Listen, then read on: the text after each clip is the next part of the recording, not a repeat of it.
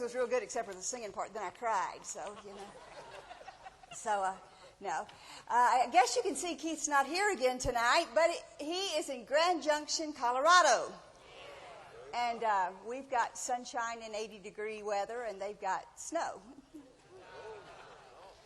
He wasn't happy. No, he is happy, but the services are going well, and he's probably in another one his own self right now. So he had one last night, one this morning, and one again tonight, and he is coming home tomorrow, so you can rest assured he'll be here on Sunday. So, yes, it'll be a good time. So we are going to do what the Lord has called us to do. So it'll be great, good, and I was thinking this afternoon, as I was thinking about the service, how many of you were here that Saturday of the Copeland meeting? Good meeting. You know, that Saturday was just spectacular. And if you missed it, you know, like Brother Hagin used to say, you missed half your life, you know. The Lord dealt with me about some things that day, and I'm really thankful now because you see, you're never behind the Lord if you'll follow Him. You know, you just got to stay right on track with Him. And I know that day, I think some of the staff said, "You stayed down there a long time?" I said, "Yeah." I was getting some things cleared up with the Lord about speaking and stuff, you know. And Nancy said, "So you're not going to be shy about doing it anymore?" I said, "I didn't say that." But, you know, it's a good thing because since that day, it seems like I've done quite a bit of it. So you better get it right with Him. You know, when He tells you to do something, be ready to do it because you don't know what the next steps are going to be. So if He's talking to you about something, make sure you do it when He tells you to do it, and you won't be behind if you'll just do what He tells you to do. So I'm thankful that we did. So tonight, I've got something really good on my heart, and we're just going to kick the devil in the teeth. Y'all want to do that? Y'all like doing that? Yeah, I like doing it. I think it's just the most fun thing that you can do. So he tries lots of stuff, but he can't win if we don't let him. So we won't let him. So if you would, get your Bibles out, and we'll get ready to look at some Word, and we'll get some victories in here, and then we'll shout, and we'll dance, and we'll run, whatever we need to do. Y'all ready for it? Proverbs 4:23. The title of my message tonight is Look Out. Robert said, "Miss Moore, that's not the title, is it?" I said, "That's the title, Robert. Here, look." And so I said, "Yep, that's it." So Proverbs 4:23 in the King James says, "Keep thy heart with all diligence, for out of it are the issues of life." The Living Bible says, "Above all else." Now, what would you put above that? Nothing. "Above all else, guard your affections." Now, your affections, so that you're clear on it, are your feelings, your emotions, the disposition to make you feel or say or do something. That's what it's talking about, your affections. For they influence everything else in your life. Today's NIV says, "Above all else, guard your heart, for everything you do flows from it." The New Living says, "Guard your heart above all else, for it determines the course of your life." The Message says, "Keep vigilant watch over your heart. That's where life starts." Now let me explain something to you on that one. That's where life starts for the good or for the bad. You can start a good seed there or a bad seed there. That's where it starts, is from your heart. So what it's telling us is to watch that heart. And it's not talking about this valve thing that, you know, you're pumping and so it's pumping blood through your body. It's talking about your spirit, man, your heart, your soul. That's what it's talking about. Have you ever, say, watched something on TV or heard somebody say something or looked at a magazine or went shopping or drove past some nice houses or talked with someone and it totally changed the way you're thinking about something? Or on the flip side, have you ever looked at the Word and it totally changed the way you're thinking about something?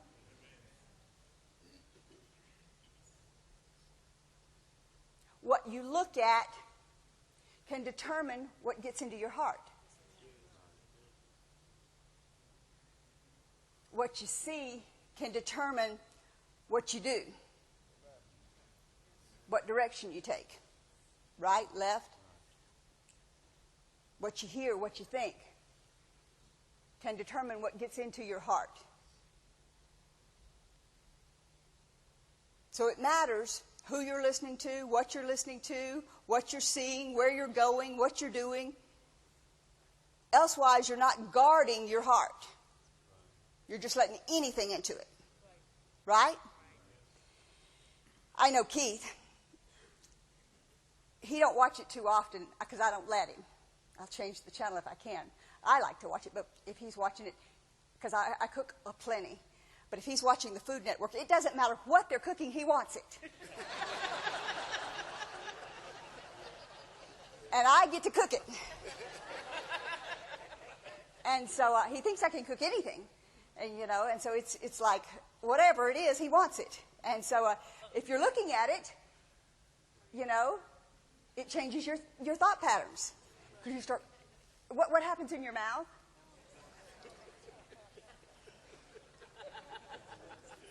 You start wanting it, you know. And if it's really, really good, it's something you like, then you really, really want it, you know. So you have to watch what you watch. Got that? Watch what you watch. So it'll protect you or it'll lead you in the right direction. It can do good or bad for you. So if you don't want to cook, don't watch the Food Network. That was the whole point of that story, yeah. So also, part of that is like, we've been talking about paying off our debts, right? Reducing and eliminating debts.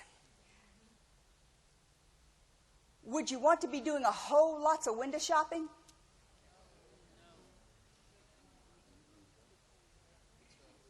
Car shopping, house shopping. What does that do for you? Puts things in here. If you're talking about paying off your debts, how often should you go to the mall, ladies, and look at the shoes?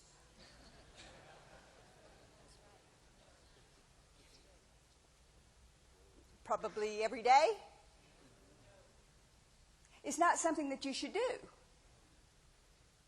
Or if you have a weakness in, say, everybody has an area. You know, I don't know. Yours may be housewares. Or a lot of men like gadgets. You know, if it's a gadget and it operates with a battery, they like it. Am I wrong? That's what I thought. But you don't go to the gadget store if you're trying to pay off your debts. Because you know what? God looks at the little things. And if you took $30 when your bill is $300 and bought a gadget with it, when you could have put the $30 on to reduce the debt, what are you looking at?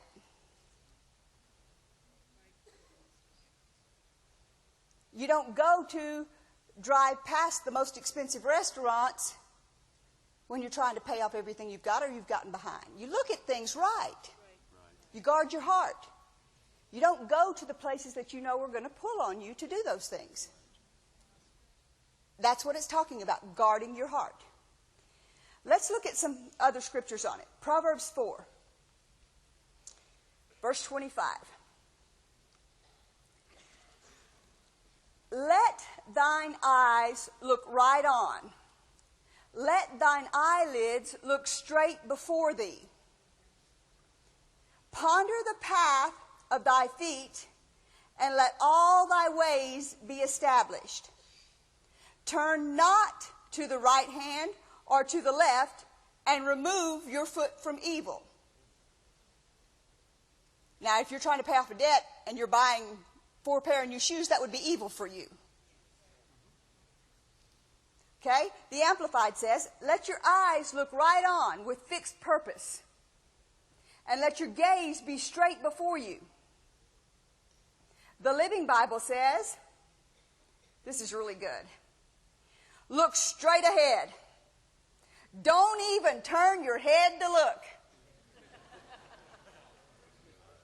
You can't afford it sometimes. Do you know what it's talking about? Sometimes you just can't afford to look at it, because you're just not there. And you know what's going to happen to you if you look. It says, don't even turn your head to look. Watch your step. Stick to the path and be safe. Don't sidetrack. Pull back your foot from danger.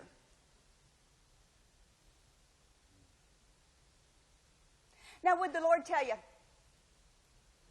would he say, Jim, don't eat salt today? Would he say, don't spend that money? Would he say, don't go there? Would he say, things that you wouldn't think were a big deal? Would he say, don't watch that TV program? Would he tell you those things? That seem like insignificant things. Why would he tell you not to look at those things? Because he knows what's out here. He knows what's ahead of you. You can't see the future, but he can. And he knows what you're planting, that seed in you, when you're doing that. And it's like, it's not guarding your heart then. The protection's not there. You're looking at something you shouldn't be, or you're doing something that you shouldn't be.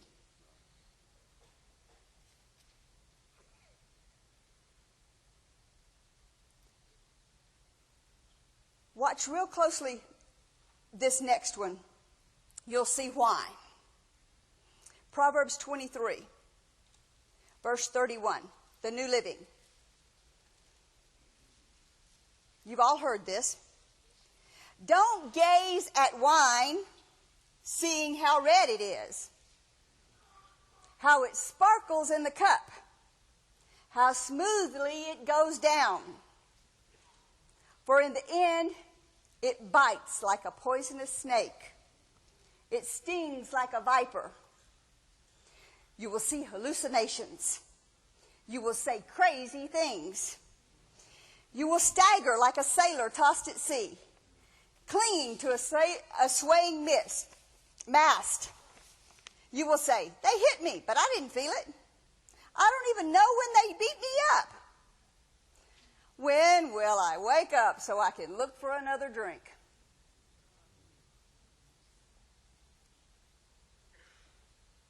The Message Bible says it like this.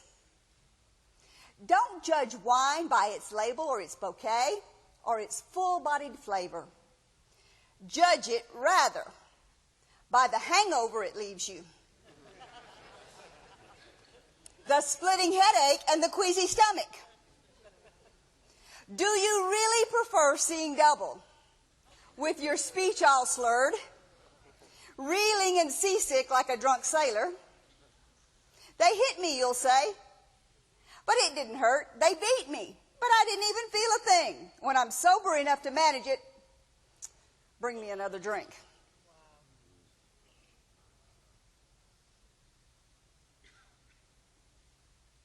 Now that's what happens when you're looking at the wrong things. Now you can be looking at a lot of things that can be wrong for you. Every person in this room, if you were to stick a microphone in their face, they'd be able to tell you something that, if they were honest, something that's wrong for them. Whether it's a food item, whether it's a TV program, whether it's something on the internet, whether it's something with another person, whether it's spending money, whether it's something at their job, they would be able to tell you They are not confused about what it is. Every person in this room. How many of you know what it is in your life? There's a few of you that didn't raise your hand. That means we have a few perfect people in here like Jesus. No. Everybody has something that in their life, if they don't, they're not growing up. Because there's always something that God's dealing with. Because what he does is he tells you about this, and you'll get it fixed, and then he'll say, you know, that's really, really good, and you did real good on that, but now what about this? And so you're always growing. It's not a bad thing. It's a good thing, because you're always seeing new things in your life that's going to help you to grow up to another level. Because if you're not changing something, that means you're sitting still. No, you're not sitting still. You're going backward.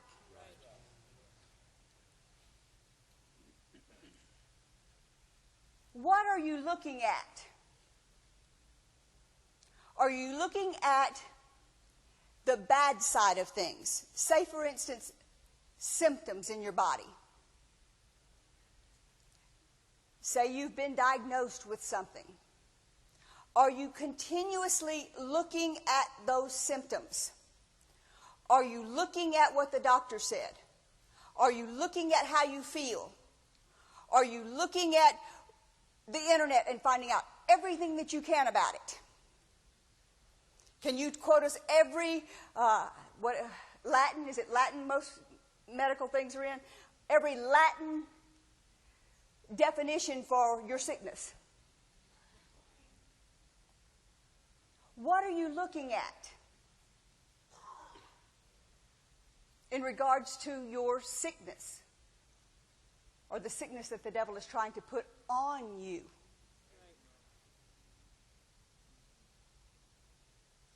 What are you looking at? What are you looking at in regards to hurts of your past? Are you holding on to them?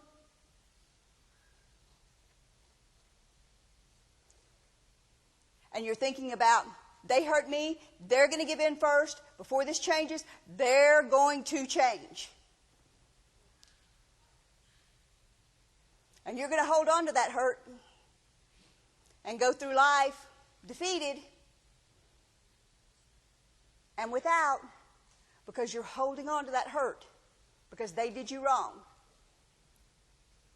You're convinced of it. What are you looking at? What do you see all the time in regards to those people or that person? Do you just see what went wrong, what went bad? Whether it's your spouse or your mother or your brother or your sister or your cousin or your nephew or your boss or your friend or whatever it is. What are you looking at? How bad they hurt you? How long are you going to look at it?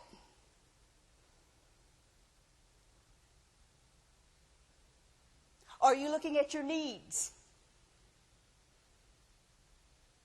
What you need financially, physically, emotionally? Are you just focused on that all the time? Is that all you see? Is I need this. I need this from my spouse. I need this from my boss. I need this money. I need this thing. I need this. I need. What are you looking at in regards to that? What's your focus on? When you get up in the morning, what do you think about? What consumes your thoughts? Most people, it's something. Either their past due bills or their relationship issues or their hurts or their sickness. They're looking at something. And it keeps them there, in that spot, looking at that. And that means they stay in the middle of the storm 1 year, 2 years, 3 years, 4 years, 5 years, 6 years, 30 years, 50 years, 70 years. However long they want to be sick, however long they want to be hurt, however long they want to just think about their needs, whatever they are. At some point, you have to start walking toward the light. What is the light? You have to get out of the storm. You can stay in the storm forever, or you can begin to take steps out of the storm. But you have to take them out.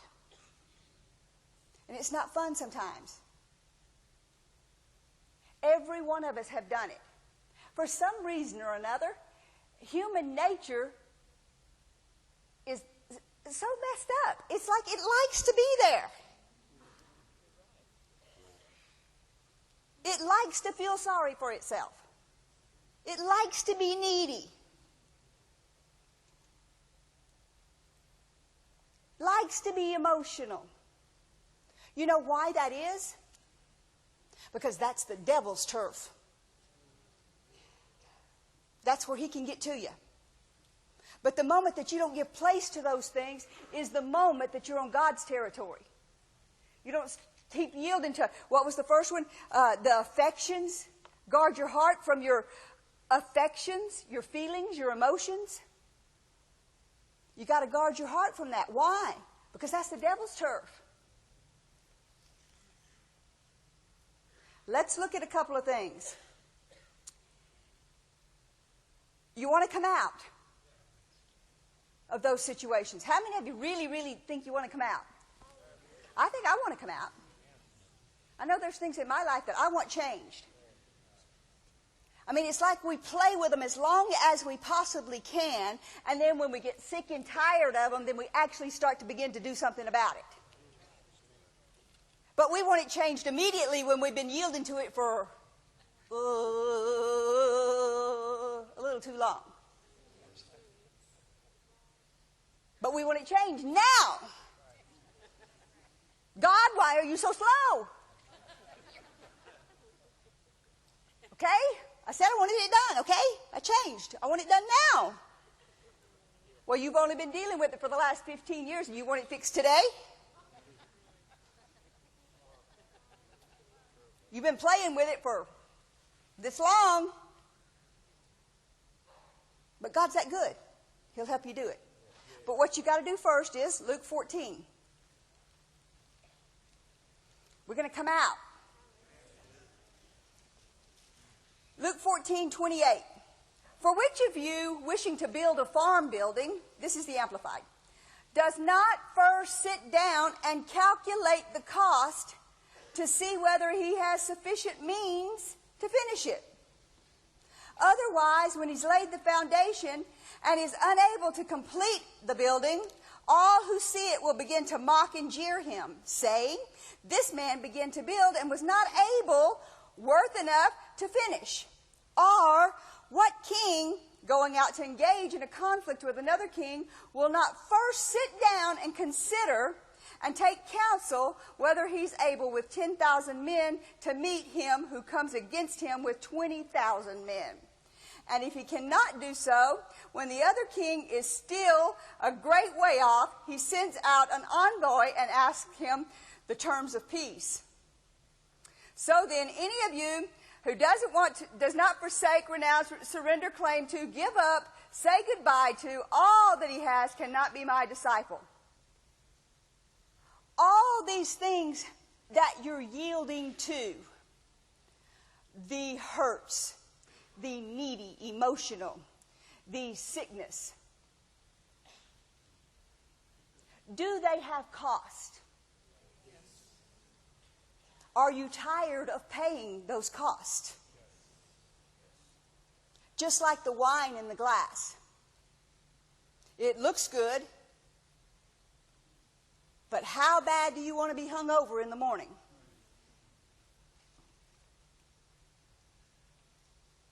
Maybe that TV program looks good. Maybe buying that new dress looked good. Maybe buying those new shoes, or drinking that drink, or going to that party, or going to that club, or hanging out with that person.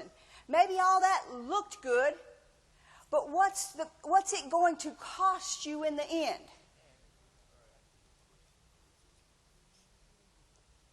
We, as humans, I don't know what it is with us, why we like to hang so stinking close to the edge. And it's like the devil doesn't have to do anything. We're this close. And all you got to do is he just grabs you then. Yeah. He can pull you over. Where if you was way over here, might be a little bit harder for him just to reach out his hand and grab hold to you. But when you hang so close to all the things that you knew, it's not so hard for him to just pull you back into it. You got to get way far away from it, whatever it is. Whether it's another person that you fight with all the time, or whether it's not working, or whether it's looking at things that you shouldn't look at, or whether it's smoking, or whether it's drinking, or whether it's drugs, or you can't play with it. You got to get far, far, far away from it. And not look at it. Don't kid yourself that you can sit there and look at commercials about drinking all day long and not want to drink. Or smoking all day long and not want to smoke. I mean, all the people that make it look pretty and make it look nice don't tell you about the lung cancer my mother just passed away with from smoking.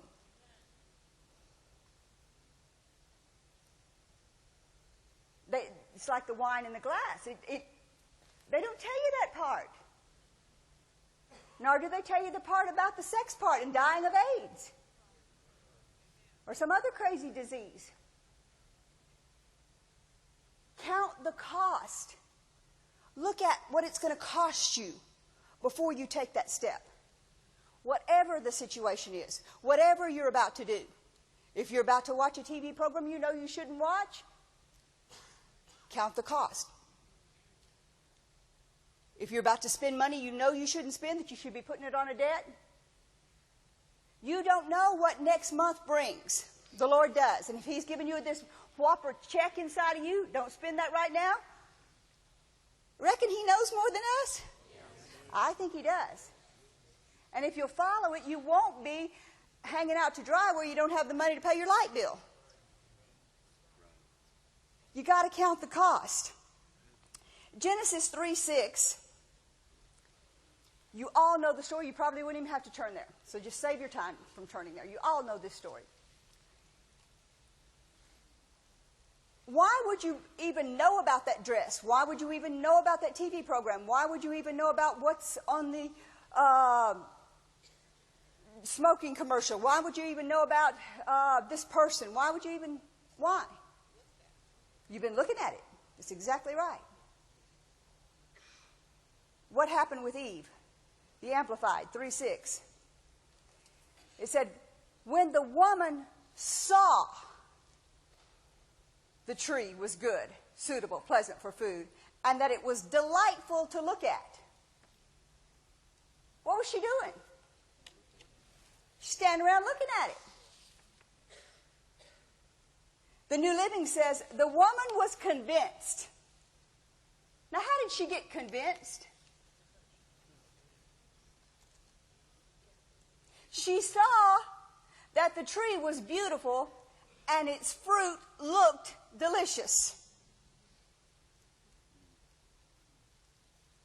Now, how did she know that? What's she doing? Just standing around looking at that tree that she shouldn't even be around? She's standing close to that edge again. Yes. Right there where the devil can just pull her right in there. Yes, we make it too easy for him. We should make it a lot harder for him than that. Get away from the tree. Get way over here on the other side of the state. Right. Tree's way over there. You can't even see it. I need some binoculars to see that thing.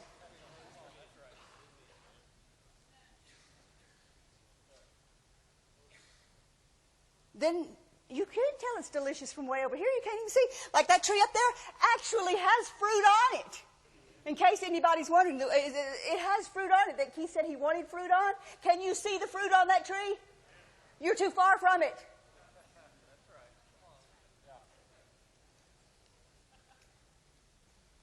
And that's the way she should have been. She should have been so far from that tree that she couldn't see the fruit. She could see the leaves, but she couldn't see the fruit.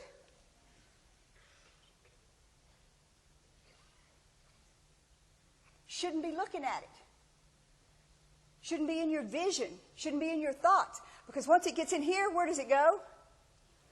Right to that heart. And you feed on it, and you think about it. Now here's you a story that'll wake you up. Genesis 19, verse 1. This is the NIV. 2 angels arrived at Sodom in the evening, and Lot was sitting at the gateway of the city. Long story. The angels said they weren't going to stay with Lot, but he said, come stay with us. You can wash your feet and we'll feed you. And he insisted so strongly that they stayed with him. And before they'd gone to bed, all the men from every part of the city of Sodom, both young and old, surrounded the house.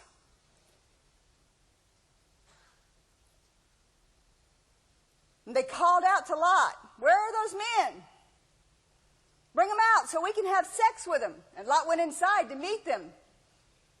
Went outside to meet them and shut the door behind him. And he said, no, my friends, don't do this wicked thing. You know the story. The angels came back, told him, they reached out, pulled Lot back in the house. They struck the men blind. And then the 2 angels said to Lot, do you have anybody else here with you?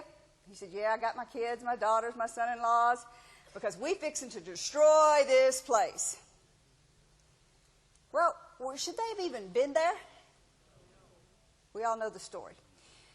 And the outcry of the Lord is against its people, and it's so great that he sent us to destroy it. Verse 14. So Lot went out and spoke to his sons-in-laws, and they were pledged to marry his daughters. And he said, hurry and get out of this place, because the Lord is about to destroy the city. But his sons-in-laws thought he was joking. With the coming of dawn, the angels urged Lot, saying, hurry, take your wife and your 2 daughters and those who are with you, or you'll be swept away when the city is punished. When he hesitated, the men grabbed him by the hand and his wife and his 2 daughters and led them to safety out of the city. And listen to verse 17. And as soon as he brought them out, one of them said, flee for your lives. What's the next part? Don't look back. But now, most people miss the next part. They got the don't look back. But what does the next part say? Don't stop anywhere in the plain. That means don't stay too close to it. That means get away from it. What's going to happen if you stay too close to it? Flee to the mountains or you'll be swept away. What happens to people? Why do they get destroyed? Because they quit doing things, but they stay too close to them.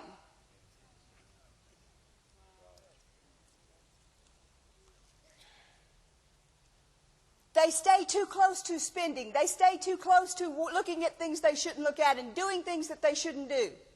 Going places that they shouldn't go. What did he tell them? The Amplified says, and when he brought him forth, the angel says, escape for your life. Don't look behind you or stop anywhere in the whole valley. It's too close. Because what's going on there is spilling out here. And if you stay close, you're going to be destroyed. Well, you know the rest of the story. He tells them, don't look back. And verse 26, what happened? Lot's wife looked back, and she became a pillar of salt.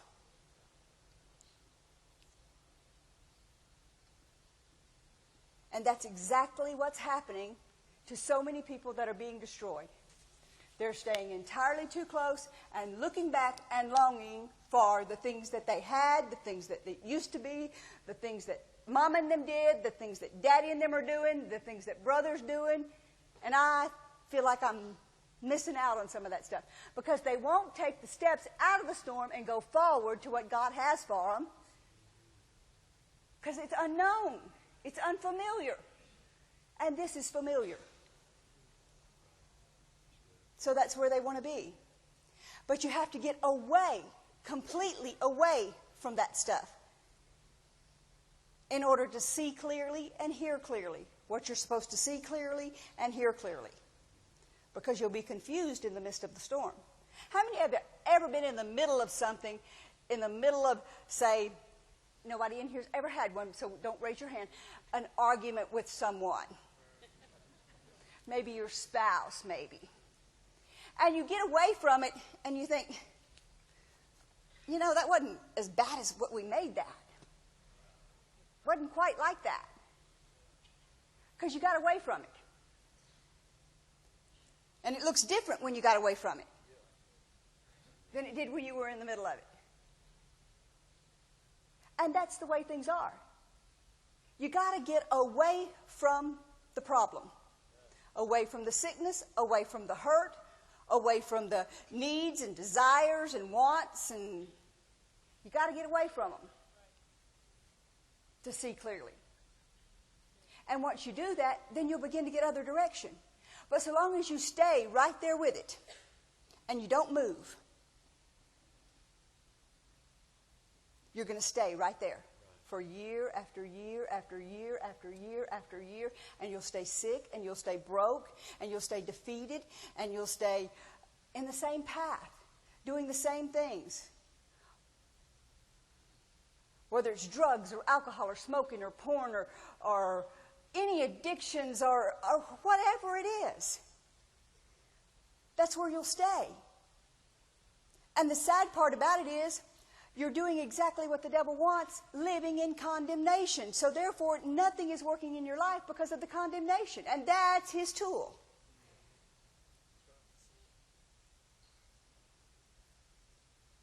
Because most people don't have enough confidence in the blood to believe that they can be forgiven. So they just live in the condemnation 24/7. So that's why their bills aren't paid. And that's why their bodies aren't healed. Because they just live there. They're not worthy of anything else. When you are, you're totally worthy. Because he paid for it. But the problem is that you have to believe it. So you have to get away from it. And you have to watch what you're looking at. And you have to watch what you put before these eyes. And you cannot look back. Once you've gotten free from something, you've got to turn from it. Get away from it. Get far, far away. Get far from the tree, the fruit. Get far from the things that you've been doing. Get far from the money. If you have money issues, then you get somebody else to do your checking account for you. I mean, that's what people don't understand. They try to continue doing the exact same thing that they've been doing and think that they're strong enough to be able to handle it. And you should know you're not. You've proven that to yourself. It's like several people, you've heard them say, you can't trust this flesh any further than you can throw it. So if you have a problem in an area, then you need to get away from that area. You need to get totally and completely in a different direction, in a different state, in a different, I was talking to some teenagers, at one point I said, they were having some problems getting a little too close. And I said, then don't be alone for any reason. Don't be alone. They looked at me. I said, don't be alone. I don't care how bad you want to be, don't be. Till you get this fixed. You're having trouble with spending money? Then get somebody else to help you with your money stuff. You're having trouble smoking or drinking or doing drugs or prescription meds or something? Then get somebody else to go to the pharmacy and say, hey, look, don't give them anything. Make them have to have me sign it. Protect yourself. Guard your heart. Don't play with things. God wants you blessed. He wants you prospering. He wants you being an overcomer. But as long as we play with things and pretend like we're okay, then we'll never overcome those things.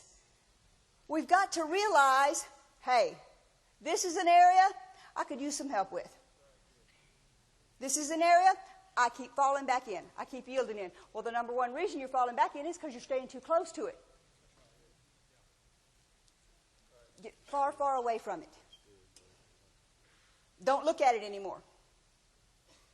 Stay away from it. If they sell, if your favorite thing is, I don't want to call a brand out, chocolates, don't go by the chocolate store. If your favorite thing is pizza, don't go by the pizza place. If you're an alcoholic, go 60 miles out of the way from the bars. If you have trouble with porn, then jerk out your internet. Or your TV or whatever you have to do. But stay away from it. Whatever the situation is, turn from it. Don't look at it. Look at something else. Look at what? Let's look at your symptoms. If you're sick and you've been fighting symptoms, most likely you have some part of your body that works good. Maybe just your earlobe, or maybe just your, end of your elbow, or maybe your lip, or something works good. Something. I mean, you may be diagnosed to pass away with cancer tomorrow, but something in your body's working good. You focus on that, and you thank God for that tongue, or that lip, or that nose, or that ear, or that eye, whatever's working good, and that's all you talk about. Thank you, Lord, I got a good eye. Thank you, Lord, my toes wiggle, wiggle, wiggle. Well, look at them wiggle. Y'all look at my toes. They just wiggle, wiggle, wiggle. No matter how many symptoms are in your body, you find something in your body that's working good. Look at my hair, how it'll grow. Look. I got hair when other people don't have hair. Whatever it is, you find something to be thanking God about. And you tell everybody about it. You focus on that instead of the other. Instead of doing exactly what the devil wants you to do and go around and tell everybody about your sickness.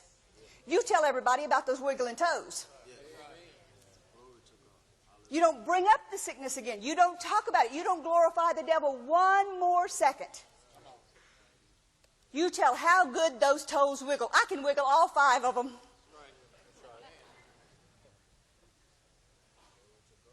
And everybody you meet, you tell them about those toes. Because what the devil's going to want you to do is tell them about how sick you are. So before you get the opportunity, you start talking about those toes. And what are you looking at then?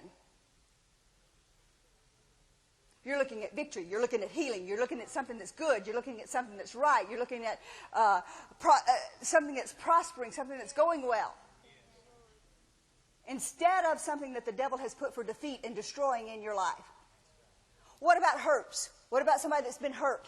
What about, they hurt you so bad that there's never going to be a reason why you would ever forgive them. I'm quite sure if you'll look, that very same person has done something most likely kind for you at some point in time.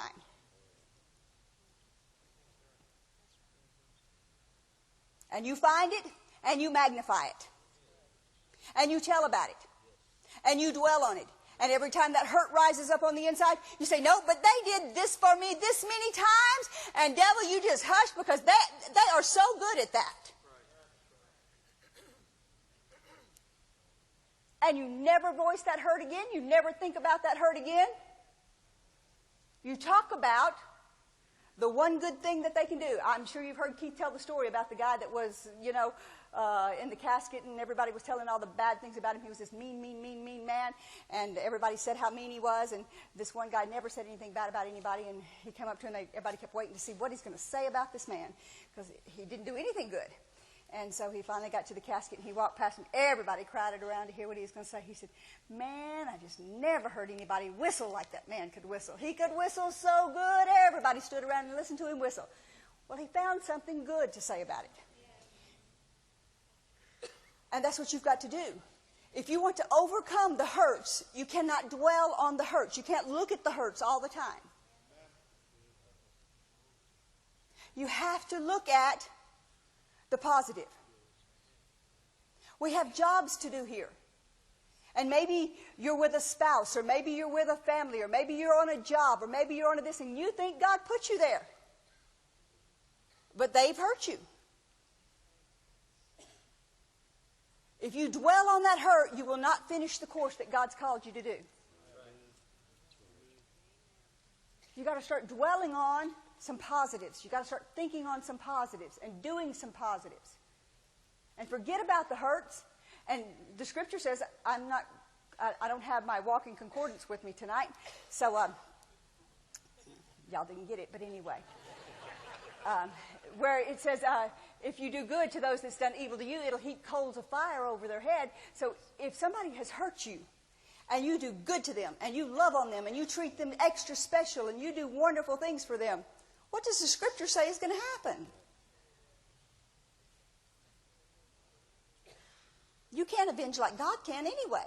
If they're not going to listen to God, why in the world would you think they'd listen to you?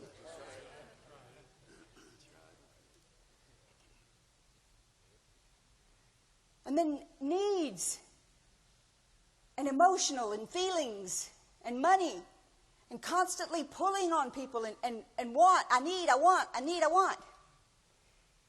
I don't have. What can you do? You can start talking about all the things you do have. Every person in this room has got clothes on, or we wouldn't have let you in the door tonight. And you got shoes on your feet. And you got here. And you got to be in your right mind, or we probably wouldn't we'd have had the ushers probably haul you out and pray with you back there or something. So you can't be too emotional or too crazy. So begin to thank Him for what you do have. Begin to thank Him for the things that you have. Maybe your needs are not getting fulfilled, but you are getting some fulfilled. And that's the way to get more fulfilled, is by appreciating the things that you do have and thanking Him, and not keeping your gaze looking at what you don't have. Guard your heart. Because if all your heart feels and sees and hears is what you don't have, where's it going to stay?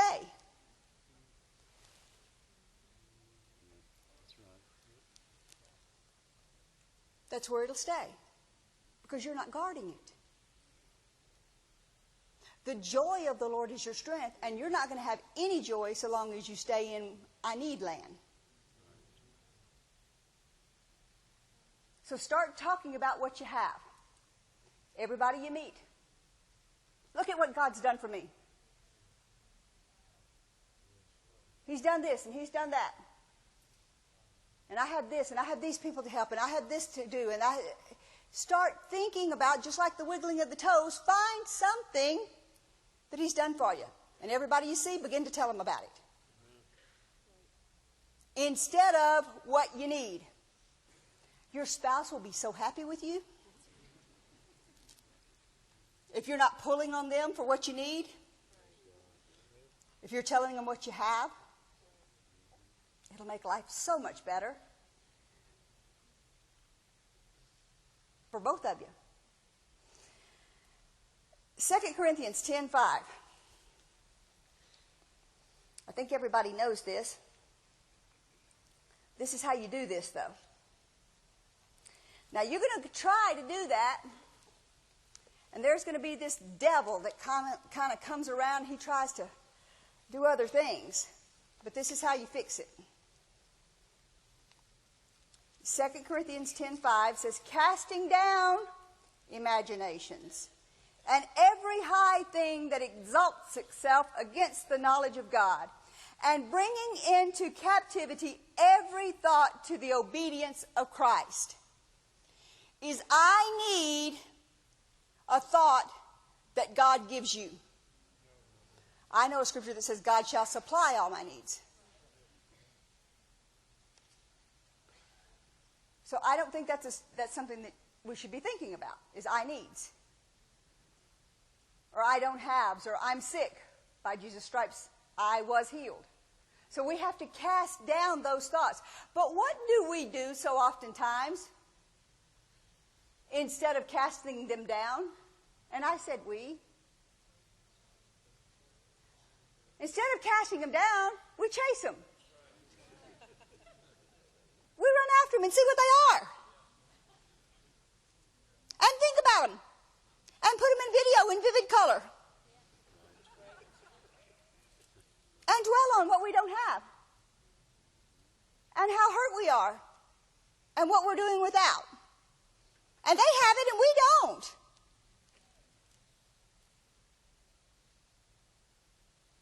And we think about it. Poor pitiful me. They have it and I don't. And you dwell on it. And you think about it. Instead of casting it down.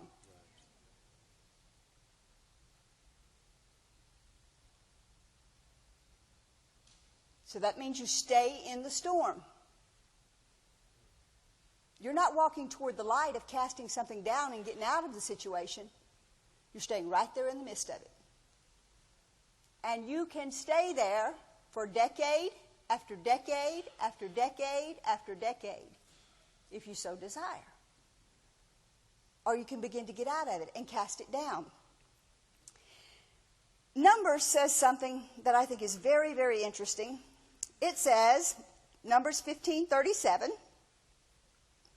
the Lord spoke to Moses, saying, speak to the children of Israel, and bid them that they make them fringes in the borders of their garments throughout their generations. And they put upon the fringe of the borders a rib band of blue.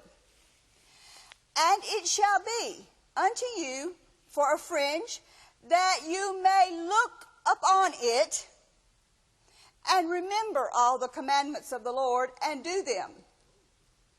And that you do not seek after your own heart and your own eyes, after which you used to go a-whoring.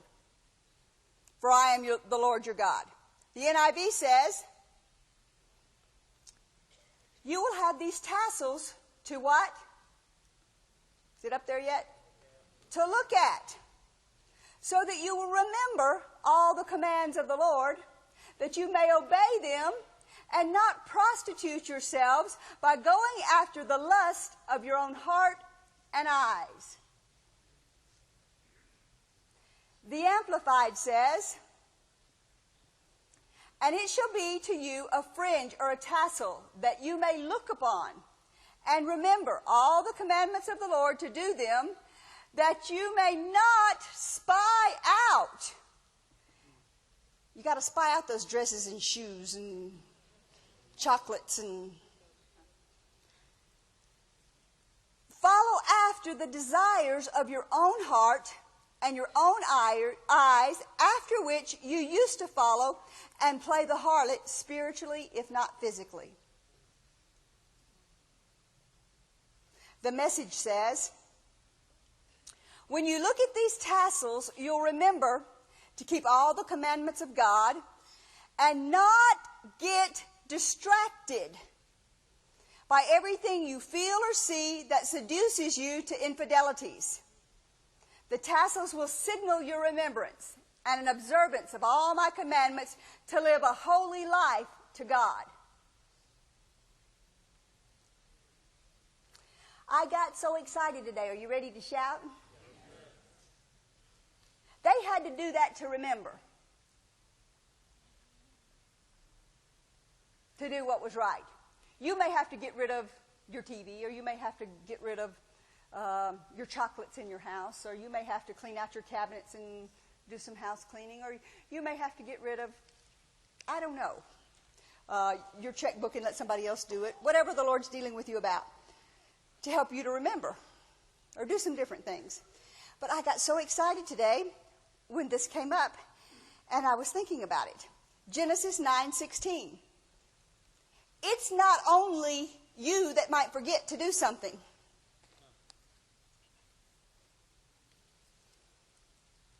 And the bow shall be in the cloud, and I will look upon it, that I may remember.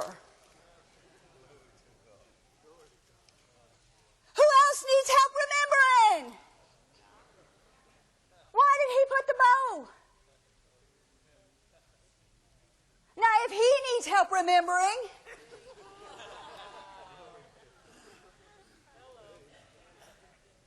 don't be so ashamed that you might need some help remembering. That excited me today. He put that bow so that he would remember what? The everlasting covenant between God and every creature, every living creature of all flesh that is upon the earth. Why do we have the rainbow? So that he remembers not to drown us anymore. It's just that simple. I can't drown them anymore. I got the rainbow. I can't drown them anymore.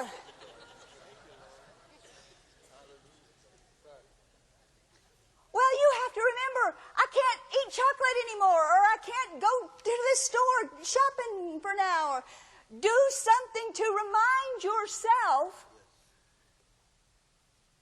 Because if he had to remind himself, we need to do something to remind ourselves. They tied fringe around their garments. They were the holy men of God. Are we better than everybody else? That we don't have to remind ourselves that we have a problem in this area? Or we have had a problem in this area, we've overcome it? With the help of the Lord? But he had to remind himself of it. But what is this covenant? I even got more excited when I thought, okay, let's remind myself of what the covenant is. Y'all want to know? Yeah, I thought so. Hebrews 8:10. It says, this is the covenant I will make with the house of Israel after that time, declares the Lord. I will put my laws in their minds and write them on their hearts, and I will be their God, and they will be my people. This is the NIV. And no longer will a man teach his neighbor or a man his brother, saying, know the Lord, because they will all know me, from the least to the greatest. I will forgive their wickedness and remember their sins no more. By calling this covenant new, he has made the first one obsolete, and what's obsolete and aging will soon disappear. Now, I shouted on that one, but wait till you hear the living. It says, but this is the new agreement I made with the people of Israel, saying, the Lord, I will write my laws in their minds, so that they will know what I want them to do without even telling them. Do you have any question in your mind when you're about to do something wrong? Raise your hand if you do.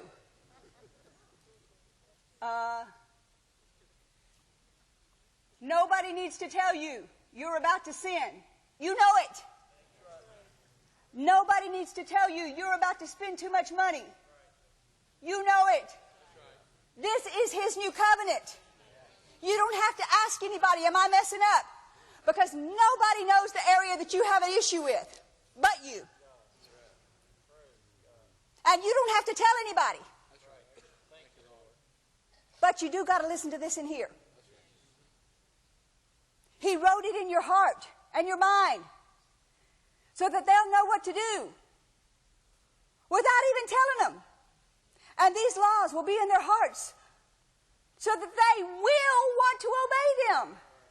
And I'll be their God, and they'll be my people. And verse 12, and I'll be merciful to them in their wrongdoings.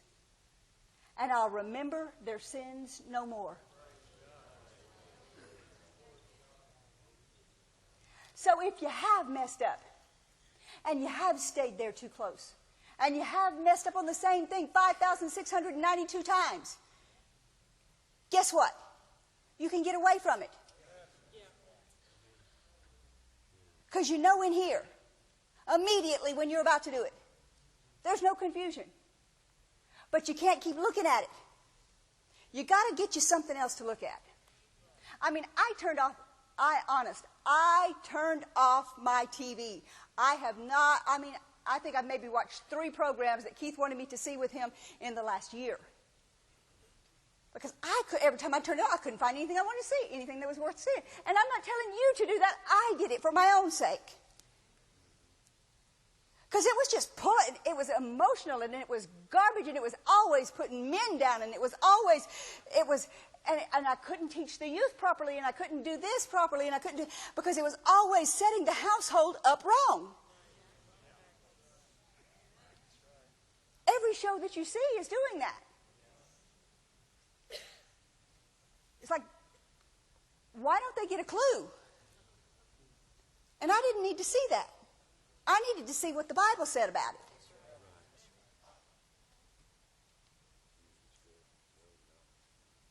So I knew, hey, cut that out. Now that may not be your area. Your area may be spending too much time at the mall. I don't have that problem. I don't even go to the mall. I think I've been to the mall once since we've lived here. I just don't. Shopping is just not my thing. I did it too much when I traveled with the Hagans. It was like if there was a mall within 600 miles, we found it. And we shopped, and we carried bags. So I let other people help me with that because they like it and I don't. So find your area. Check your heart about it. No longer play with it. Don't stay so close to the edge to where the devil is just dangling something and you just fall into it. Get away from it to where you can't see the fruit. Then it's not a temptation to you. It's no longer an issue to you because you can't feel it. It's not pulling on you like it was. If you're an alcoholic, you shouldn't be smelling alcohol all day long. You shouldn't be working behind the bar.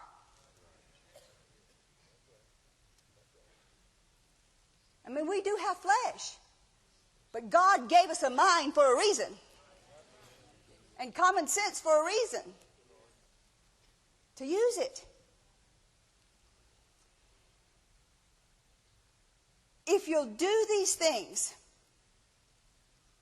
I don't care if you've been doing the other for 30 years and you've been whining about what you don't have, or you've been overspending, or you've been doing drugs, or you've been looking at things. If you'll just start taking steps out of that storm, out of that thing, you'll get away from it. But the biggest deal is that you don't play with it and don't kid yourself. Because this right here tells me you know it. Because he wrote it on your heart. And you're not confused about it. And you don't need anybody to tell you that you're doing wrong. Most people don't need anyone to tell them, hey, you're messing up. Hey, wake up, you're messing up. The most wonderful thing in life is when you go to bed at night that you can lay your head on the pillow and there's nothing between you and God. You're clear. There's nothing there. Because you know you did all he wanted you to do for that day. Or you didn't do things that he told you not to do for that day. Or you fixed what he told you to fix. And it's not hard.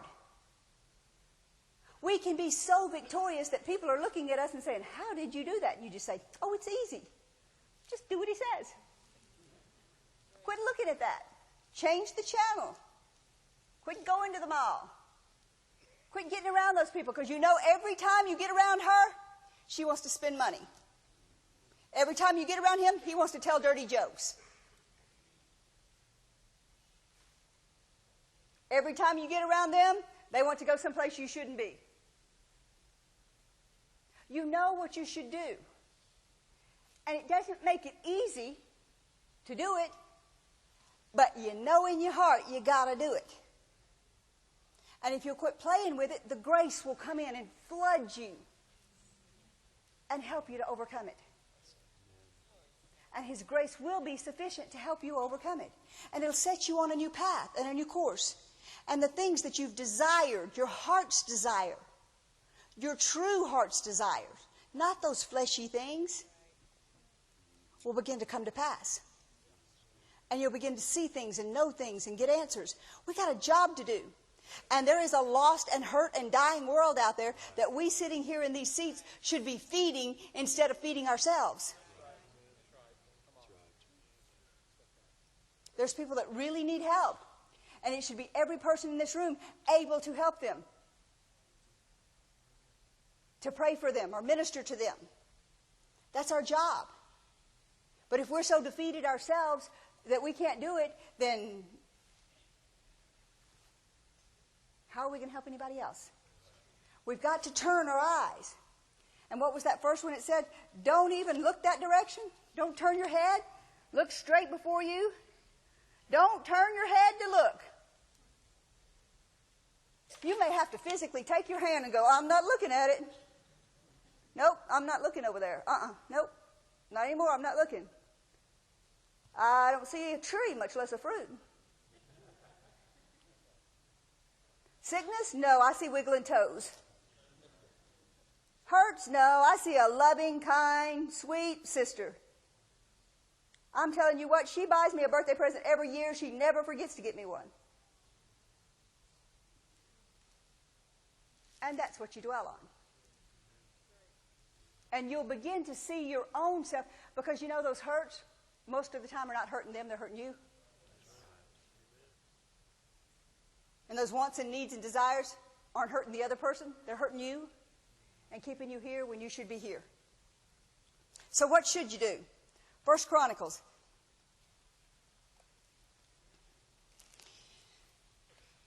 16:9.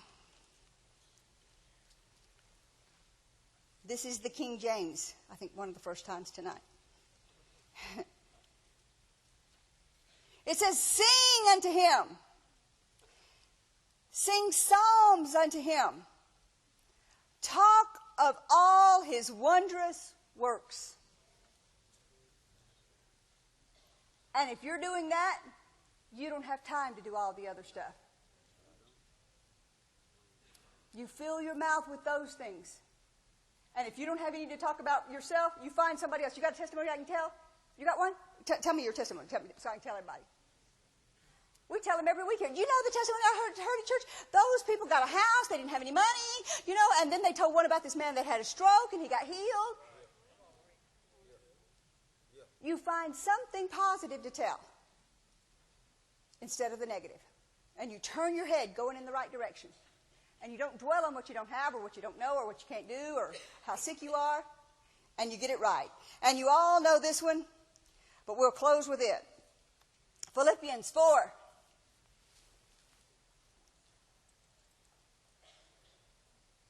Verse 8.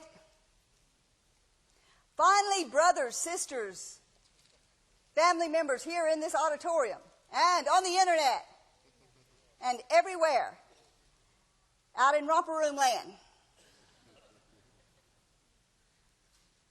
What things are true, whatsoever things are honest, what things are just and pure and lovely and of a good report, and if there be any virtue and if there be any praise, then what can you think on? Guess what? That's all you get to think about. That's it. You don't get to think about how they hurt you or what you need or what you want or how sick you are. This is all you get to think about. The NIV says, true, noble, right, pure, lovely, admirable, excellent, or praiseworthy. Okay. Get your piece of paper out, write it down. If it doesn't fall into one of those categories, it's got to go. Cast it down. Don't chase it. cast it down. And you'll see your life begin to turn and go in a different direction. And you'll see yourself begin to rise out of the quicksand. Instead of going under, you'll start going up. Like you got a hold of some balloons instead of quicksand. For real, you may have to make a list. People don't do things. They just think, oh yeah, this is a good message. What was our message on Sunday? Be a doer. So you may, for real, have to make you a list of what you've been thinking about. And then look at this list and say, okay, is it true? Well, yeah, it's true. I got symptoms, so we can keep it on there. Is it noble? Noble. No. Is it right? No, because the Word says, by Jesus' stripes I was healed. Is it pure? Well, no. Sickness is not pure. Is it lovely? Definitely not lovely, me throwing up all the time. Is it admirable? Well, I think it's admirable that I'm taking it so well. So we'll leave that one on there. Hey, you laugh, but it's true. That's what people do. And that's why they get to keep it. They justify things in their hearts and in their minds when you know it's not. And you want to overcome them, look at them straight on and be honest about them. And quit playing with them. And you'll rise and you'll come out of them and we'll be victorious. And we'll go over the top and do what you're supposed to do. And your finances will soar, your marriages will soar, your kids will soar, because you're not living in that mess anymore. So let's stand up. Glory to God. Y'all got something you can sing here, Matt?